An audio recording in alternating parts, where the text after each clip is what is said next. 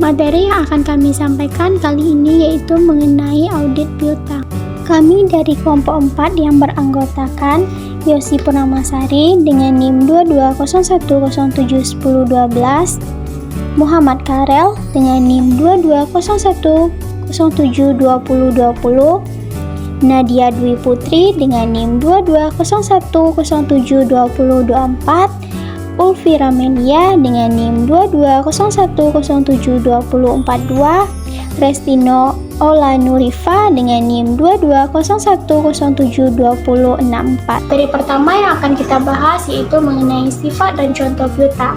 Berdasarkan standar akuntansi keuangan, menggolongkan piutang menurut sumber keterjadiannya dalam dua kategori, yaitu piutang usaha dan piutang lain-lain. Di mana piutang usaha adalah piutang yang berasal dari penjualan barang dagang atau jasa secara kredit. Sedangkan piutang lain-lain adalah piutang yang timbul dari transaksi di luar kegiatan usaha normal perusahaan. Piutang usaha dan piutang lain-lain yang diharapkan bisa ditagih dalam waktu 1 tahun atau kurang, di mana diklasifikasikan sebagai piutang lancar. Materi selanjutnya yaitu mengenai contoh dari perkiraan-perkiraan yang biasa digolongkan sebagai piutang, diantaranya yaitu yang pertama ada piutang usaha, wesel tagih, piutang pegawai, piutang bunga, uang muka, uang pinjaman, dan piutang lain-lain. Yang terakhir yaitu ada penyisian piutang tak tertagih. Baiklah, berikutnya yaitu tentang tujuan pemeriksaan piutang. Tujuannya ada 5, yaitu yang pertama untuk mengetahui apakah terdapat pengendalian internal yang baik atas piutang dan transaksi penjualan, piutang, dan penerimaan kas. Yang kedua yaitu untuk memeriksa validity dan keautentikan daripada piutang.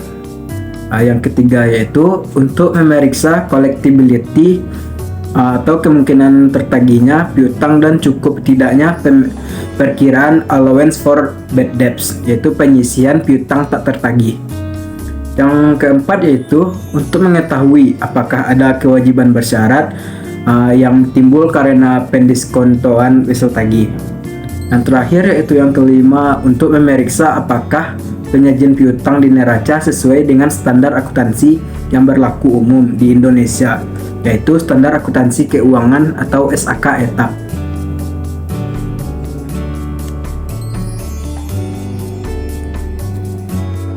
Selanjutnya yaitu prosedur pemeriksaan piutang.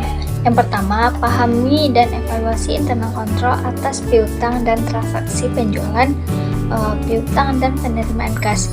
Yang kedua yaitu buat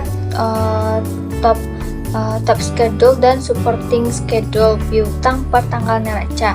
Maksud top schedule ini adalah jadwal teratas atau kertas kerja pemeriksaan yang digunakan untuk meringkas informasi yang dicatat dalam daftar pendukung untuk rekening-rekening yang berhubungan. Sedangkan supporting schedule ini adalah jadwal pendukung, merupakan schedule yang disiapkan secara detail baik oleh klien maupun auditor sebagai pendukung jumlah spesifik pada laporan keuangan. Selanjutnya yaitu yang ketiga, minta admin schedule dari piutang usaha per tanggal neraca yang antara lain menunjukkan nama pelanggan atau customer, saldo piutang, umur piutang, dan kalau bisa subsequent collection-nya.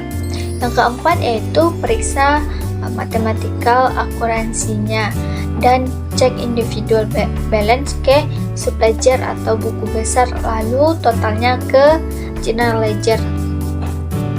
Selanjutnya yaitu tes cek umur piutang dari beberapa customer ke subledger piutang dan sales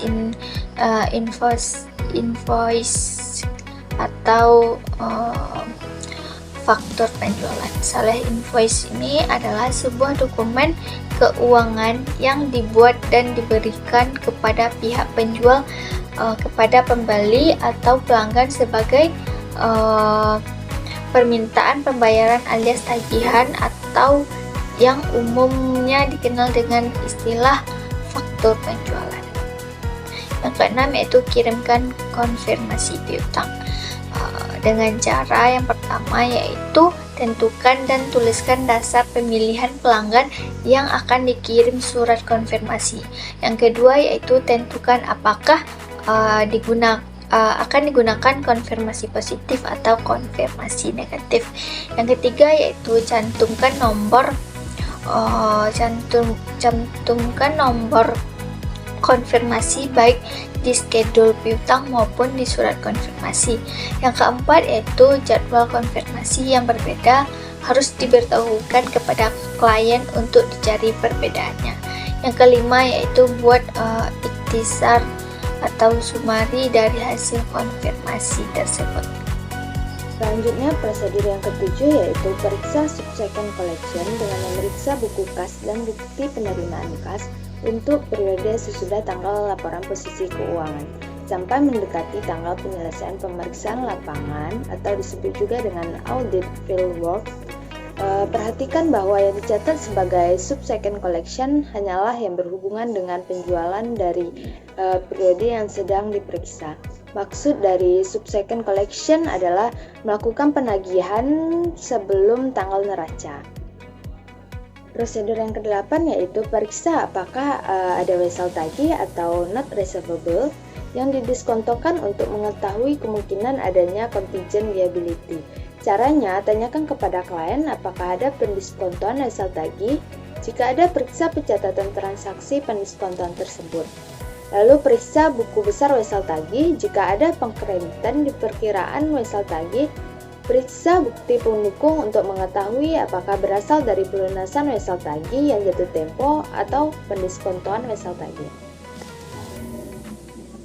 Prosedur yang ke-9 yaitu periksa dasar penentuan allowance for bad debt dan periksa apakah jumlah yang disediakan oleh klien sudah cukup, dalam artian tidak terlalu besar dan tidak terlalu kecil.